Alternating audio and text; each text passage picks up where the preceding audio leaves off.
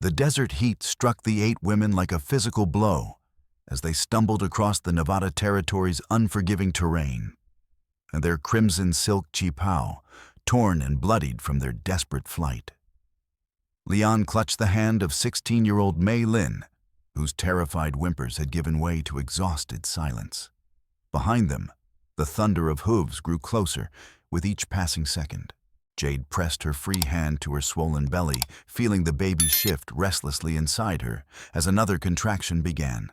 5 months along, and the child seemed to sense the danger surrounding them. The gold sewn into the lining of her dress felt impossibly heavy, each coin a weight that reminded her of the price Deke Malone's men had paid for their lives. "Keep running." Leon gasped in Chinese, her English abandoned in the face of mortal terror. "The town, we can see the buildings." But even as she spoke, she could hear the bandits closing the distance. Their leader's voice carried across the wasteland, promising violence with every word. "You girls cost us a lot of money." Deke Malone's scarred face twisted with rage as he spurred his horse harder.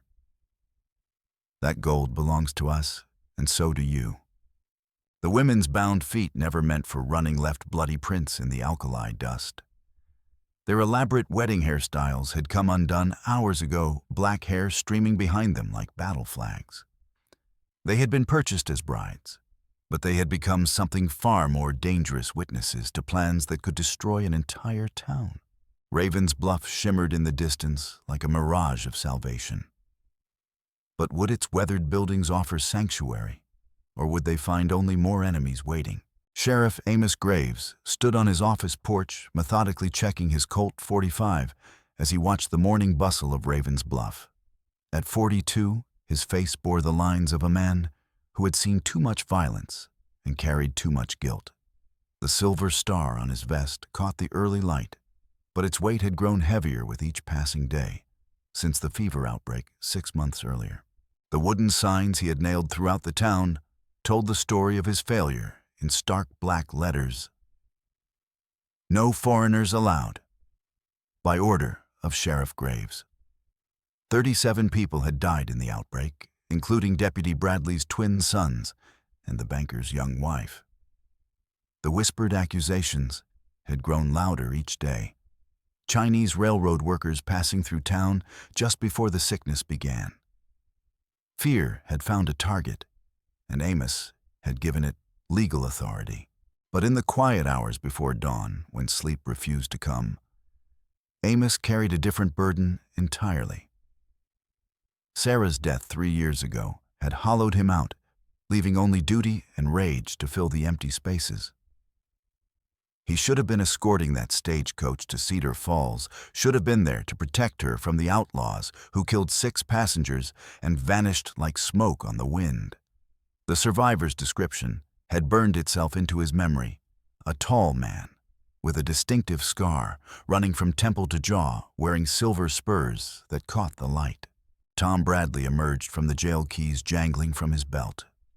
At 25, the deputy still believed in clear lines between right and wrong, though Amos sometimes caught him looking troubled when they turned away hungry families at the town limits. "Sheriff," Tom said, squinting into the distance where dust clouds were rising beyond the scrubland. "Got riders coming fast, moving like the devil himself is chasing them." Amos felt his gut tighten with instinct, honed by 20 years of keeping the peace. People only rode that hard when death was close behind. Inside the town's modest buildings, other residents went about their morning routines, unaware that their carefully ordered world was about to shatter. Martha Stevens prepared her schoolhouse for another day of lessons, her stern features softened by genuine affection for her students. Mayor Hutchins shuffled through paperwork in his office, worried about the territorial governor's upcoming visit. His son Jamie swept the front steps of the general store, pausing occasionally to wave at passing neighbors. Mrs. Henderson, the minister's widow, tended her small garden behind the church, her weathered hands coaxing life from the stubborn desert soil.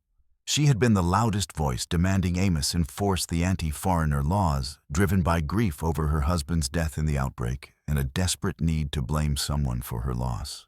None of them noticed the dark smoke beginning to rise from Pete Patterson's feed store at the edge of town, or the figure slipping away from the building with a coal oil can in his hands. The 8 women burst into Ravens Bluff's main street like a crimson flood, their wedding dresses streaming behind them as they collapsed against the wooden fence that marked the town's eastern border. Market day was in full swing, and their sudden appearance sent chickens squawking and vendors diving for cover. Leon's legs finally gave out, and she fell to her knees, in the dust, her lungs burning from their desperate flight. Beside her, Mei Lin sobbed openly, her young face streaked with tears and fear. The older women, Su Chen, An Li Pingwei Mei, and Xu Lan, formed a protective circle around Jade, whose labored breathing suggested the baby was reacting badly to their ordeal.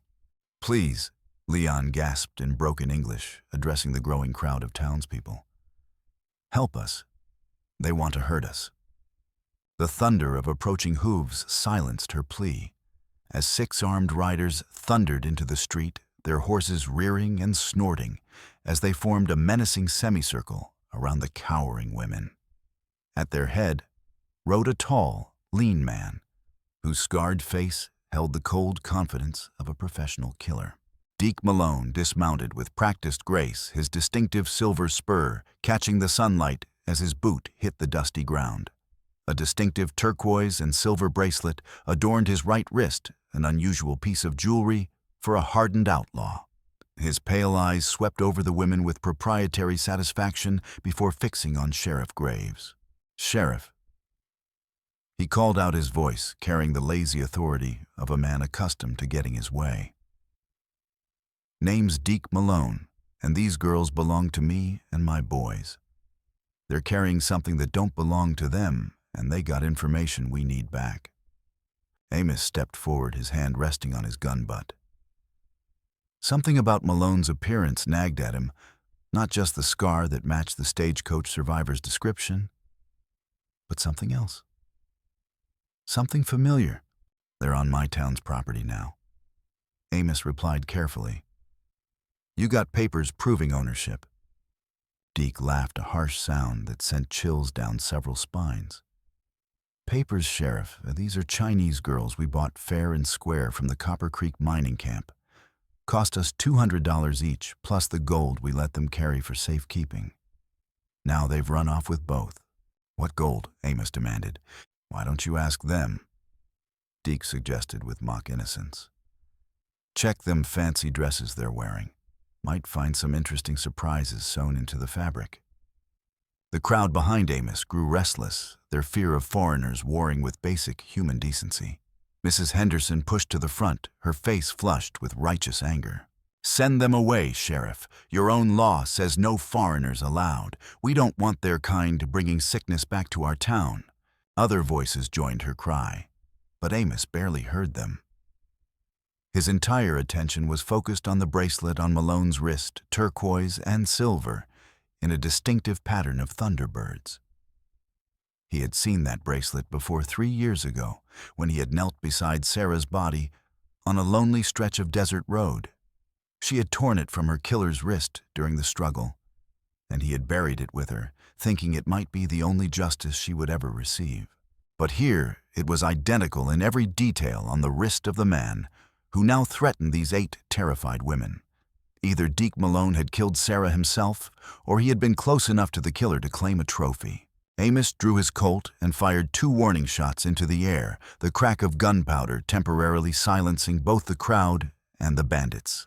Acrid smoke drifted across the street as he kept his weapon trained on Deke. "I said they're under my protection now," he repeated, his voice carrying deadly authority. Deke's scarred face showed no fear, only calculation. He was studying Amos with the patience of a predator, sizing up prey, clearly recognizing that this was no ordinary lawman standing before him. "Now that's interesting, Sheriff," Deke drawled. "Your own people want these girls gone, your own law says they don't belong here, and yet here you are ready to die for a bunch of foreigners. Makes a man wonder if you got some personal investment in their welfare." Behind Amos, the crowd's protests grew louder. Mayor Hutchins pushed through to stand beside the sheriff, his round face flushed with anxiety. "Sheriff Graves, perhaps we should consider—" "No." Amos cut him off without taking his eyes from Deke. "Tom helped me get these women to safety." Tom Bradley had never heard that tone of absolute command from his superior before. Despite his own misgivings about defying the town's anti-foreigner sentiment, he stepped forward and gestured for the women to follow him. "This ain't over, Sheriff," Deke warned as Amos began backing toward the abandoned livery stable. "Those girls got something that belongs to us, and we ain't leaving without it. You might want to ask them about the bank they heard us planning to visit tomorrow." The words hit Amos like a physical blow. If these women were witnesses to a planned robbery, their lives would be forfeit the moment Deke reclaimed them. But more than that, if Deke's gang was planning to hit the Ravens Bluff Bank, the entire town was in danger. Inside, he ordered the women kicking open the stable door. Now, as they stumbled into the dim interior, Amos caught sight of smoke rising from the feed store 2 buildings away. The thin wisp was growing thicker by the minute, and the acrid smell of burning hay was beginning to drift across the street on the desert wind. Deke had planned this well. Fire would flush them out into the open where his men could pick them off with ease. The abandoned Miller stable offered temporary sanctuary, but Amos knew it wouldn't hold against a determined assault. Dust motes danced in the shafts of sunlight, streaming through gaps in the weathered walls as he quickly barricaded the main door with a heavy feed trough. The 8 women huddled together on piles of old hay, their red silk dresses vivid against the brown interior. Tom fetched water from the well, while Amos examined their injuries, cuts from rocks and thorns, blisters from their desperate flight. And in Jade's case, signs of premature labor brought on by stress and exhaustion. "Water." Mei Lin whispered, her voice barely audible.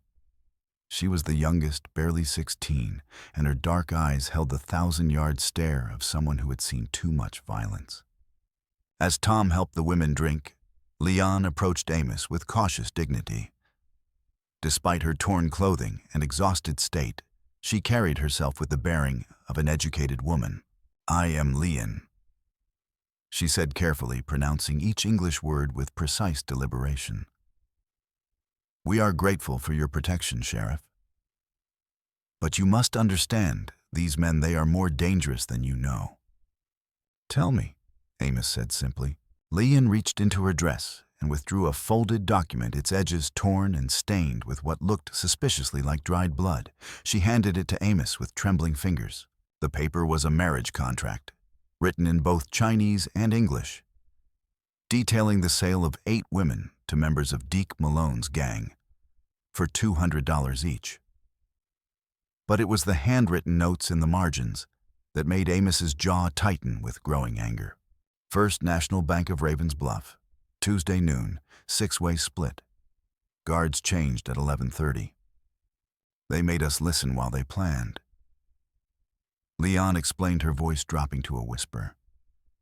They thought we could not understand English well enough to be dangerous. But we heard everything.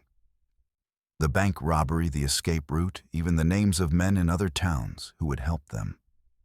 The implications hit Amos like a physical blow. The Ravens Bluff Bank held the payroll for 3 mining operations, and the territorial tax collection nearly $60,000 in gold and currency. If Deke's gang succeeded, they would cripple the entire region's economy. There's more. Leon continued, her eyes filling with tears. They forced us to carry their stolen gold. It is sewn into our dresses, hidden in the lining. We are not just brides they bought, we are their pack animals. Tom, who had been listening from his position by the door, went pale. Sheriff, if they're planning to hit the bank tomorrow, and these women can identify them, they're dead no matter what we do. Amos finished grimly. Unless we stop Deke's gang first. Through gaps in the stable walls, they could see the smoke from Patterson's feed store growing thicker. The fire was spreading faster than expected, driven by the desert wind that never seemed to stop blowing across the territory. That's when Amos noticed something that made his blood freeze in his veins. Jade was sitting apart from the other women, her hands pressed against her swollen belly, and her face contorted with pain. "The baby," Leon said urgently. "It is coming early. The fear the running it has started her labor." The smoke from the feed store fire had grown into a towering column that could be seen for miles across the desert. Inside the stable, the air was becoming thick and difficult to breathe, while outside Deke's men had positioned themselves to cover all the exits. Jade's labor pains were coming faster now, and her face had gone pale with exhaustion and blood loss. The other women clustered around her, speaking in rapid Chinese, while Leon translated their urgent concerns. "The baby is turned wrong." Leon explained her own fear, evident despite her attempt to remain calm. "In China, we would have midwives' special medicines. Here." She gestured helplessly at their primitive surroundings. Amos knelt beside the laboring woman, his mind racing through options that grew more desperate by the minute. They couldn't stay in the stable, the fire would reach them within the hour. But they couldn't leave either, not with Deke's men waiting outside and Jade unable to travel. "Leon," he said quietly, "I need you to tell me everything about the gold. How much, where exactly it's hidden, and why Deke needs it back so badly."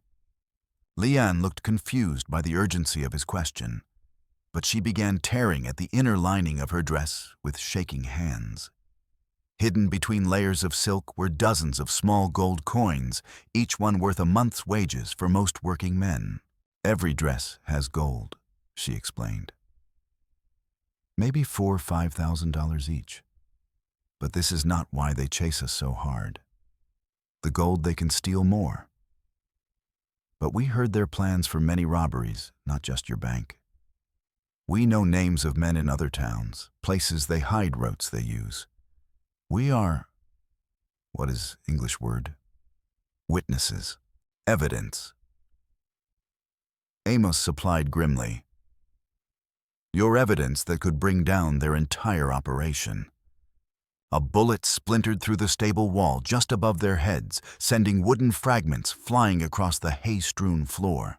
Outside, Deke's voice carried clearly through the smoke-filled air. "Sheriff, you smell that smoke fires heading your way, and my boys have all the exits covered. Send out the girls now, and maybe we'll let you and your deputy walk away from this." Tom Bradley positioned himself at one of the wall gaps, his rifle ready. "Sheriff, we've got maybe 8 men out there now. They've been joined by reinforcements." That's when the stable door burst open without warning. But instead of bandits, it was Jamie Hutchins who stumbled inside, his young face streaked with soot and his clothes reeking of smoke. In his arms, he carried a leather-bound ledger and what appeared to be several official documents. "Sheriff," he gasped, "I found this in Patterson's office before the fire got too bad. You need to see this, it changes everything." With shaking hands, he opened the ledger to a page marked with a torn piece of fabric. The entries were detailed records of feed mixing, water sources, and livestock health reports. But it was the final entries that made Amos's world shift on its axis. June 10th. Used water from old mining runoff to cut costs on feed mixing. Saved $50 on this batch. June 12th. Several animals showing signs of illness, maybe related to new water source. June 15th. Livestock deaths increasing. Must find way to blame Chinese workers if questioned. Cannot afford investigation into water source contamination. The fever outbreak that had killed 37 people and driven Amos to create his anti-foreigner laws hadn't been caused by foreign workers at all. It had been caused by a greedy feed store owner who had used contaminated water to save money, then planned to scapegoat innocent Chinese railroad workers to cover his crimes. Patterson died in the fever. Jamie continued, his voice shaking with emotion and exhaustion. But he hid this ledger, probably planning to use it to frame the Chinese workers. My father never knew, none of us knew the real cause. Jade's cries of pain punctuated the revelation, reminding them all that time was running out in more ways than one. The baby was coming whether they were ready or not, and the fire was spreading faster than anyone had anticipated. "There's more," Jamie said, pulling out a second document. "This is a letter from Chen Wei-ming, the Chinese railroad worker you deported 2 months ago. It's addressed to Jade. Sheriff, he's the father of her baby." Amos felt the final piece of his carefully constructed worldview crumble into dust. The man he had driven away, the worker he had seen as a threat to his town's safety, had been trying to return to the woman he loved and the child she carried. Instead of protecting his community, Amos had torn apart an innocent family. The irony was bitter as desert alkali.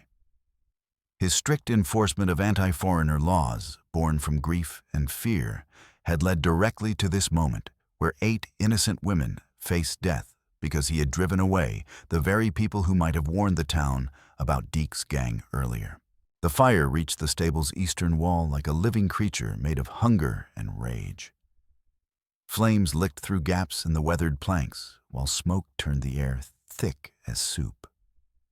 The 8 women pressed themselves against the western wall, coughing and gasping as the temperature rose to unbearable levels. Jade's baby chose that moment to make its determined entrance into the world. "Now!" Leon shouted in both English and Chinese, her voice cutting through the chaos of crackling flames and rifle fire from outside. "The baby comes now." The other women immediately formed a protective circle around Jade, using their torn silk dresses to create privacy screens and makeshift bedding. Despite the bullets flying overhead and the smoke filling their lungs, they worked with practiced efficiency born from months of surviving together. "Tom." Amos called to his deputy, who was firing through a gap in the front wall. "How many men outside?" "Then I count 9 now," Tom replied, ducking as return fire splintered the wood near his head. "They've got us surrounded, and that fire's cutting off our back exit." Amos could see the flames spreading across the stable's roof, sending burning debris raining down on their heads. The horses in the adjacent stalls were screaming with terror, their eyes rolling white as smoke filled their nostrils. One of them, a black mare named Thunder, broke free from her stall and charged toward the huddled women. Without thinking, Amos threw himself between the panicked horse and Jade's birthing area. The mare reared her iron-shod hooves, flashing inches from his head, but years of working with horses served him well. He grabbed her bridle with steady hands, speaking in the low, calm tones that had gentled countless animals over the years. "Easy, girl, easy now. I know you're scared, but we're all scared right now." Gradually, Thunder settled, though she continued to tremble with fear. Amos led her to the corner where she could provide additional cover for the women while staying clear of the worst flames. That's when he heard the baby cry. The sound cut through the chaos like a blade of pure life, thin and determined and absolutely defiant of the death surrounding it. Jade collapsed back against the feed sacks, exhausted but alive, while Leon wrapped the tiny infant in torn silk from one of the dresses. "Boy," Leon announced with tears streaming down her soot-stained face. "Strong boy." The moment of triumph was shattered when the stable's main door exploded inward under the combined assault of rifle butts and boots. 3 of Deke's men poured through the opening, their weapons raised and their faces twisted with the violence they intended to inflict. Amos met them with his Colt blazing. The first man went down immediately, clutching his shoulder as blood seeped between his fingers. The second dove for cover behind an overturned feed trough, while the third found himself facing Tom Bradley's rifle at point-blank range. "Drop it," Tom shouted, but the bandit was too hyped on adrenaline to listen to reason. The gunfight that followed was brief but vicious. In the confined space of the burning stable, every shot echoed like thunder, while ricochets sparked off metal fixtures and buried themselves in wooden walls. The women pressed themselves flat against the floor, shielding Jade and her newborn with their own bodies. When the smoke cleared, 2 bandits lay dead, and the third was crawling toward the door with a bullet through his thigh. But the victory had come at a cost. Tom Bradley sat slumped against the wall, blood soaking through his shirt where a ricochet had caught him in the side. I'm all right, he insisted, though his face was pale with shock and blood loss. Just a flesh wound. But Amos could see it was more serious than his deputy wanted to admit. Tom would need medical attention soon, and there was no doctor in Ravens Bluff. The nearest medical help was in Cedar Falls, 2 days' hard ride away. The fire was spreading faster now, consuming the stable's hay storage and sending temperatures soaring. They had minutes, maybe less, before the entire structure became an inferno. The old well, Amos decided. If we can reach it, the stone walls will give us cover. The abandoned well behind the stable was their only chance. Built from local sandstone, it was solid enough to stop rifle bullets, and far enough from any combustible materials to offer temporary sanctuary from the fire. "Can you move?" he asked Tom, who nodded despite his obvious pain. "What about them?" Tom gestured toward the 8 women who were helping Jade to her feet, while Leon clutched the newborn baby. "They move or they die," Amos said simply. "Same as all of us." The escape from the stable became a desperate race against time and flame, as the building transformed into a roaring inferno around them. The roof beams, dried by decades of desert sun, caught fire with explosive intensity, sending cascades of sparks and burning debris raining down on the fleeing group. Jade could barely walk, weakened by blood loss and the trauma of giving birth under impossible conditions. Su Chen and An Li supported her between them, their own feet torn and bleeding from their earlier flight across the rough terrain. Leon clutched the newborn baby against her chest, using her own body to shield the infant from the falling embers. "Stay low," Amos shouted over the roar of flames and the crack of gunfire. "Crawl if you have to." The smoke was so thick that breathing became a conscious effort. Mei Lin collapsed to her hands and knees, gasping for air, while Ping and Wei Mei dragged her forward by her arms. The youngest girl's eyes streamed tears from the acrid smoke, and her lungs burned with each desperate breath. Thunder, the black mare, had followed them from her corner and was now rearing in terror as burning hay fell around her. Amos grabbed her bridle again, using the panicked horse as additional cover, while he fired at the bandits who were pouring bullets through the gaps in the walls. "They're there," Tom Bradley called out, pointing toward the rear door. "I can see the well." But even as he spoke, a section of the roof collapsed between them and the exit, sending up a shower of sparks that ignited the women's silk dresses. Xu Lan screamed as flames caught the hem of her qipao, but An Li was quick to beat out the fire with her bare hands, burning her palms in the process. The baby chose that moment to begin crying again.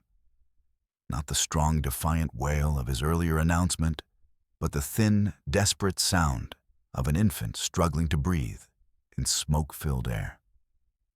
Leon pressed him closer to her body, using her own breath to create a small pocket of cleaner air around his tiny face.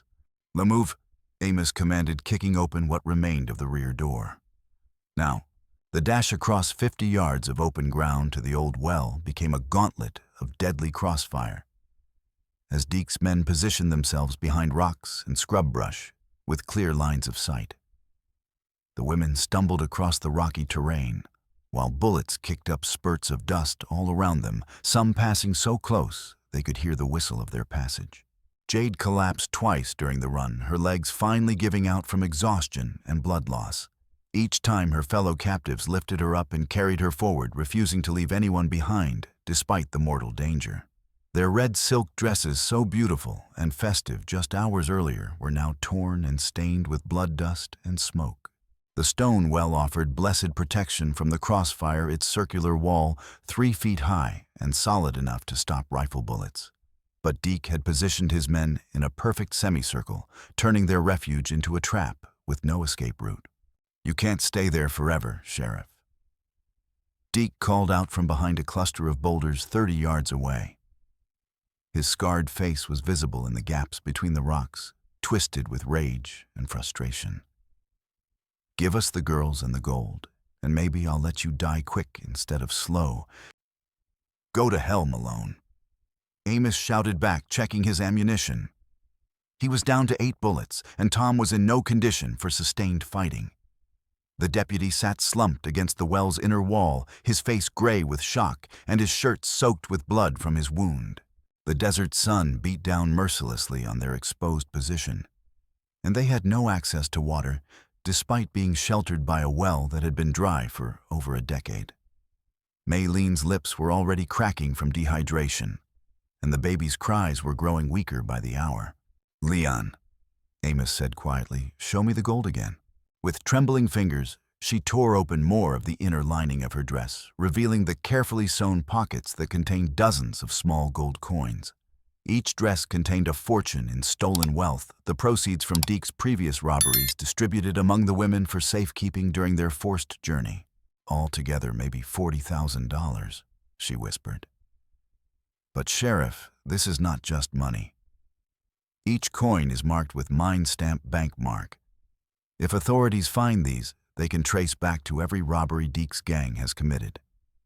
The implications were staggering. The women weren't just carrying gold, they were carrying evidence that could bring down an entire criminal network spanning multiple territories. No wonder Deke was willing to risk a direct confrontation with the law to get them back. A bullet chipped stone from the well's rim, sending fragments flying into Tom's face and drawing blood from several small cuts. The deputy wiped his eyes clear and managed a weak smile. "Sheriff," he said, his voice barely above a whisper, "I can still shoot. Just prop me up somewhere with a clear line of sight." But even as he spoke more, riders appeared on the horizon, reinforcements that would tip the balance decisively in Deke's favor. Amos counted at least 6 additional men, all heavily armed, and riding hard toward their position. "Looks like the whole gang's here now," he muttered, and then raised his voice to address the women huddled behind the well. "Ladies, I need you to listen carefully. We're going to make a run for the river. It's our only chance." The Verde River ran behind a series of rocky hills about half a mile from their current position. If they could reach its banks, the rushing water and thick vegetation might provide enough concealment for them to escape downstream. But getting there would mean crossing open ground while heavily outnumbered and outgunned. Jade looked up from where she was trying to nurse her baby. Her face etched with exhaustion, but her eyes still bright with determination. "We trust you, Sheriff," she said in carefully pronounced English. "You saved us before. We follow you now." The escape to the Verde River became a running battle through terrain that seemed designed by nature to favor the pursuers. The rocky canyon that led to the water was narrow and winding, creating perfect ambush points, while offering minimal cover for the fleeing group. Amos took point, his remaining ammunition carefully rationed as he led the women along a game trail that switchbacked down the canyon walls. Tom Bradley brought up the rear despite his wound, his rifle providing covering fire whenever Deke's men tried to close the distance. The bandits had divided into 2 groups, one following the trail on foot, while the other rode hard toward the river to cut off their escape route. It was a classic pincer movement, and Amos knew they had minutes at most before the trap closed around them. Maylin stumbled and fell on the treacherous path, skinning her knees on the sharp rocks. Su Chen pulled her upright without breaking stride, her own breathing labored from exhaustion and fear. All 8 women were beyond their physical limits, running on nothing but determination and the desperate need to protect each other. "Not there," Leon called out, pointing toward the river valley spread out below them. Water.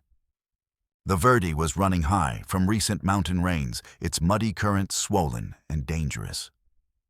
But it represented their only chance of escape, and they pushed forward with renewed energy, born of hope. That's when the first group of bandits reached the river ahead of them. Amos watched in growing despair as 6 mounted men positioned themselves along the riverbank and their rifles trained on the narrow trail that was his group's only route to the water.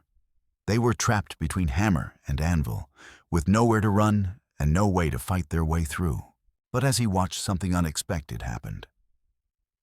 The sound of approaching hoofbeats came not from behind them where Deke's second group was giving chase, but from the direction of town. A cloud of dust was rising from the Raven's Bluff road, and as it drew closer, Amos could see riders wearing the familiar clothing of townspeople. "The sheriff," a voice called out across the canyon. "Sheriff Graves." It was Mayor Hutchins leading a group of nearly 20 men from the town. Jamie rode beside his father, along with Pete Kowalski, Martha Stevens, and even Mrs. Henderson. They were armed with whatever weapons they had been able to gather: hunting rifles, shotguns, and a few old military carbines. The arrival of reinforcements changed the tactical situation completely. Deke's men found themselves caught between two forces, and their leader was forced to make a desperate decision. He could continue pursuing the women and risk being surrounded, or he could retreat and live to fight another day. Deke Malone chose violence. The bandit leader spurred his horse directly toward Amos, his revolver blazing as he closed the distance between them. This wasn't about money anymore, or even about silencing witnesses. This had become personal, a test of will between two men who had nothing left to lose. "Graves!" Deke shouted over the thunder of hooves and gunfire. "You cost me everything, time to pay up." Amos stepped clear of the women and faced his wife's killer alone. The turquoise and silver bracelet on Deke's wrist caught the late afternoon sunlight, and Sarah's face flashed through his memory with painful clarity. 3 years of grief, rage, and guilt crystallized into this single moment of confrontation. "You murdered my wife." Amos said, his voice deadly quiet despite the chaos surrounding them. "Did I?" Deke laughed harshly as he dismounted, his gun trained on Amos's chest. "Pretty little thing, wasn't she? Fought like a wildcat right up to the end. Kept screaming your name, begging for you to come save her." The words hit Amos like physical blows, but he kept his hand steady on his Colt. "You made a mistake coming back here, Malone." "Only mistake I made was not killing you 3 years ago when I had the chance," Deke replied. "But I can fix that right now." The final gunfight lasted exactly 3 heartbeats. Both men drew with the speed that came from years of violent living, their weapons clearing leather in smooth, practiced motions. But Amos had been carrying the weight of Sarah's death for 3 years, and when the moment of truth arrived, his body moved with mechanical precision, while his mind remained crystal clear. The crack of gunfire echoed off the canyon walls like thunder. Deke staggered backward, a red stain spreading across his chest as his unfired gun tumbled from nerveless fingers. He looked down at the wound with something approaching surprise, then back at Amos with hatred that transcended death itself. This don't change nothing." He gasped, blood frothing from his lips. "There's more of us, more than you'll ever know. You can't protect everyone, Sheriff." "Maybe not," Amos replied quietly. "But I can protect these 8. Deke Malone fell backward into the Verde River's swift current, his body disappearing beneath the muddy water, weighted down by his gun belt and those distinctive silver spurs. The outlaw, who had terrorized the territory for years, was gone, carried away by the same forces of nature that had shaped the harsh but beautiful land he had tried to claim through violence. Dawn broke over Raven's Bluff, with the gentle light that made even the harsh desert beautiful in its own stark way. Sheriff Amos Graves sat beside the Verde River, his wounded shoulder bound with strips torn from a red silk dress, watching the sun paint the distant mountains in shades of gold and rose. The baby had survived the night, though Dr. Catherine Morrison's arrival from Cedar Falls had been crucial to ensuring both mother and child received proper medical care. The young physician had made the hard ride through darkness after Pete Kowalski reached her with news of the emergency, and her skilled hands had likely saved 2 lives. "The infant is small but healthy," Dr. Morrison announced after completing her examination. "Premature birth under those conditions could have been fatal, but he's a fighter. And Jade is recovering well, though she'll need weeks of rest and proper nutrition." The 8 women had found temporary shelter in the community hall while the town decided what to do with them. The revelation about Patterson's contaminated feed had spread quickly through Raven's Bluff. forcing residents to confront the uncomfortable truth about their own prejudices and the innocent people they had blamed for their losses. Martha Stevens approached Amos with a leather-bound ledger that had exposed Patterson's crimes. Her stern features were softened by genuine remorse as she spoke. "Sheriff, the school board has voted to offer these women whatever assistance they need to establish permanent residence here. We were wrong about the fever, about foreign influence, about everything. The least we can do is try to make amends." Mayor Hutchins nodded agreement, his round face flushed with embarrassment and determination. "The town council has officially rescinded the anti-foreigner ordinance. These women, all of them, are welcome to stay as long as they choose." Mrs. Henderson, who had led the previous day's chorus of anti-immigrant sentiment, stepped forward with obvious difficulty. Her proud features were etched with shame as she addressed Leon directly. "I owe you an apology," she said, her voice barely above a whisper. "All of you. We were frightened and looking for someone to blame, but that's no excuse for the hatred we showed you. I'm sorry." Leanne, who had spent the night helping care for both Jade and her baby, looked exhausted but maintained her dignity. "Sorry is beginning," she replied in careful English. "But words must become actions. We need homes, work, safety. Can your town provide these things?" "Yes," Amos said firmly, standing despite the pain in his shoulder. "Starting with reuniting families." He pulled out his deportation notebook and found the entry for Chen Wei Ming. "Tom, when you're feeling up to it, I want you to ride to the Millerville Railroad camp. Find this man and bring him back to his wife and son." Tom Bradley, who was recovering from his own gunshot wound under Dr. Morrison's care, managed a weak smile. "It'll be my pleasure, Sheriff." Jamie Hutchins stepped forward with the enthusiasm of youth, tempered by the sobering events he had witnessed. "Sheriff, I've been thinking. These ladies are going to need help learning English and understanding American customs. Maybe we could start a school not just for them, but for all the immigrant families in the territory." The idea sparked immediate interest among the gathered townspeople. They had seen the consequences of fear and ignorance, and many were eager to find constructive ways to prevent similar tragedies in the future. "It's a good idea." Martha Stevens agreed. "With the territorial governor planning to increase immigration incentives, we're going to see more families from different countries settling in this region. We need to be prepared to welcome them properly." Amos walked to the nearest building where one of his "No Foreigners Allowed" signs was still nailed to the wooden siding. With deliberate care, he pried it loose and broke it over his knee, throwing the pieces into the river, where they were quickly carried away by the current. "No more signs," he said simply. "No more fear, no more walls between neighbors." 6 months later, the transformation of Raven's Bluff was subtle but profound.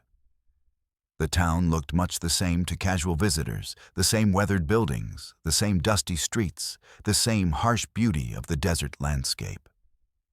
But residents could feel the difference in every interaction, every shared smile, every moment of genuine community that replaced the suspicious isolation of the past.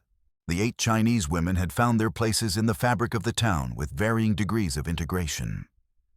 Jade and Chen Wei Ming had married in a ceremony that combined Chinese traditions with Western customs, creating something uniquely beautiful that reflected their new life together. Their son, named Amos Chen Wei Ming, at his father's insistence, was the delight of the entire community. A living symbol of hope and new beginnings. Mei Lin, the youngest of the group, had shown remarkable resilience and adaptability. Her natural facility with languages made her invaluable as a translator for the territorial government. And she had begun teaching Mandarin to some of the local children whose parents wanted them to understand the changing demographics of the American West. Su Chen and An Li had opened a seamstress shop that quickly became popular throughout the region. Their skilled hands created clothing that combined Chinese silk techniques with Western styles, producing garments that were both beautiful and practical for frontier life. They had also married Su Chen to a widowed rancher who appreciated her quiet strength, and An Li to the town's new telegraph operator, a young man from back east who was fascinated by different cultures. Ping and Wei Mei had found work at the expanded general store, their meticulous attention to detail making them excellent bookkeepers and inventory managers. Xu Lan had surprised everyone by revealing a talent for cooking that soon made her the most sought-after chef in 3 counties, leading to her opening a restaurant that served both Chinese and American cuisine. But it was Lian who had made the most profound impact on the community's future. The children are ready for their advanced lesson, Martha Stevens announced, leading a group of 20 students ranging in age from 8 to 18 into the newly built schoolhouse. The structure had been financed by a combination of town funds and a territorial education grant, representing the community's commitment to growth and inclusion. Lian stood at the front of the classroom, her English now fluent and confident, her bearing that of a natural teacher. On the chalkboard behind her, she had written parallel lessons in English, Spanish, and Chinese, reflecting the true diversity of families now settling in the Ravens Bluff area. "Today we learn about bridges," she said, smiling at the eager faces before her. Not bridges made of wood or stone, but bridges made of understanding between different peoples. Her students included not only the children of established families, but also the sons and daughters of Mexican railroad workers, German farmers, Irish miners, and Chinese merchants. The classroom had become a microcosm of the American dream. Different backgrounds and languages united by the common desire for education and opportunity. Sheriff Amos Graves watched from the doorway, his shoulder fully healed and his badge carrying a different weight than it had a year earlier. The lines around his eyes had softened slightly, though he remained the same steady, reliable presence that had protected the town through its darkest hours. Dr. Catherine Morrison had established a permanent practice in Ravens Bluff, drawn by both the professional opportunities and her growing friendship with several of the women whose lives she had helped save. Her presence had improved the health and confidence of the entire community, and her willingness to learn basic Chinese had helped bridge cultural gaps that might otherwise have caused problems. Tom Bradley approached from the sheriff's office, carrying a telegram in his hand. At 26, he had grown into his role as deputy with wisdom gained through shared hardship and genuine crisis. The events of that violent day had matured him beyond his years, giving him perspective that served him well in law enforcement. "Sheriff," he said quietly, "got word from the territorial marshal.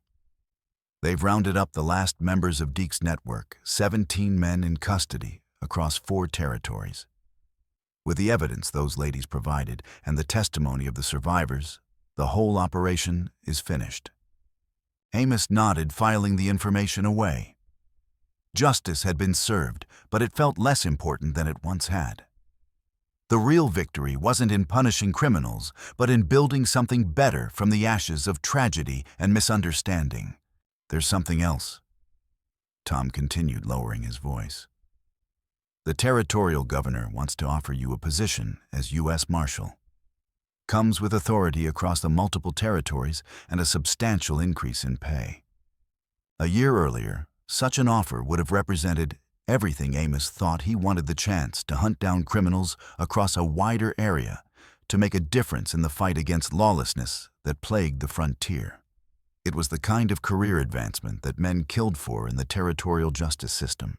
"I'll need time to consider it," Amos replied. But his gaze remained fixed on the schoolhouse, where Lian was patiently helping a young Mexican boy write his name in 3 different languages. Sheriff Graves. The voice belonged to Chen Wei Ming, who was approaching with his characteristic quiet dignity. His English had improved dramatically since returning to Ravens Bluff, and he had become an informal leader among the immigrant families settling in the area. "What can I do for you, Chen? Jade and I have been discussing our son's name." Chen said, his face glowing with the pride of new fatherhood.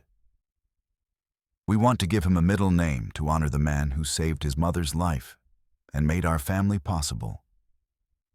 Would you permit us to call him Amos Chen Sarah Blessing Wei Ming, The choice of Sarah's name as part of the boy's identity hit Amos harder than any bullet ever had.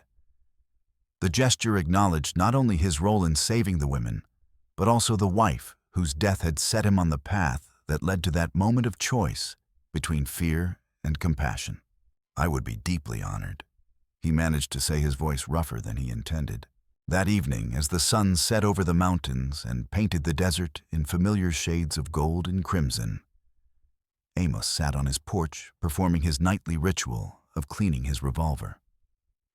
But what had once been preparation for violence had become simply a moment of quiet reflection, a connection to the responsibilities of his office that no longer felt like a burden. Leon emerged from the schoolhouse, her teaching materials tucked under her arm, and her face showing the satisfied exhaustion that came from meaningful work. She paused beside his porch, as had become her custom in recent weeks. "Good classes today?" he asked. "Oh, very good." Young Tommy Henderson can now write friendship in 3 languages, and Maria Santos taught the other children how to count to 10 in Spanish. She smiled and then grew more serious. "Amos, may I ask you something personal?" He gestured for her to continue. "The territorial marshal position Tom mentioned, will you accept it?" Amos considered the question that had been weighing on his mind since the offer arrived. The easy answer was that his work in Raven's Bluff was finished, that bigger challenges awaited him in the wider territory. But the complete truth was more complex and, in its own way, more satisfying. "I've been thinking about something you taught me," he said finally. "About building bridges instead of walls. There will always be criminals to chase and wrongs to right. But there's only one chance to help build something lasting here in Raven's Bluff." Leon nodded, as if she had expected that answer. "In China, we have a saying, 'The best time to plant a tree was 20 years ago. The second best time is today.'" She gestured toward the schoolhouse, where the evening English classes for adults were about to begin, classes attended not only by Chinese immigrants, but by Mexican workers, German farmers, and even some of the established townspeople who wanted to better understand their new neighbors. "The tree we planted here is still young," she continued. "It needs tending if it is to grow strong enough to shelter future generations." Amos stood and holstered his cleaned revolver, his decision about the marshal's position suddenly crystal clear. "I'd like to help tend that tree if you'll have me." "We would be honored to have your help, Sheriff. The children especially would benefit from learning about justice and protection from someone who has lived both." As they walked together toward the community building where former enemies were becoming neighbors and strangers were becoming family, Amos felt a sense of completion that had nothing to do with capturing criminals or settling scores. He had spent 3 years hunting the man who killed his wife, driven by rage and grief that nearly consumed him. In the end, he had found something more valuable than revenge: the understanding that the best way to honor the dead is to protect the living, and that true strength comes not from excluding others, but from building communities where everyone can find sanctuary. The last "No Foreigners Allowed" sign had been burned in Deke Malone's fire, and it would never be replaced. In its place, Raven's Bluff had planted something that would grow stronger with each passing year: a commitment to bridge building that would define the town's character for generations to come.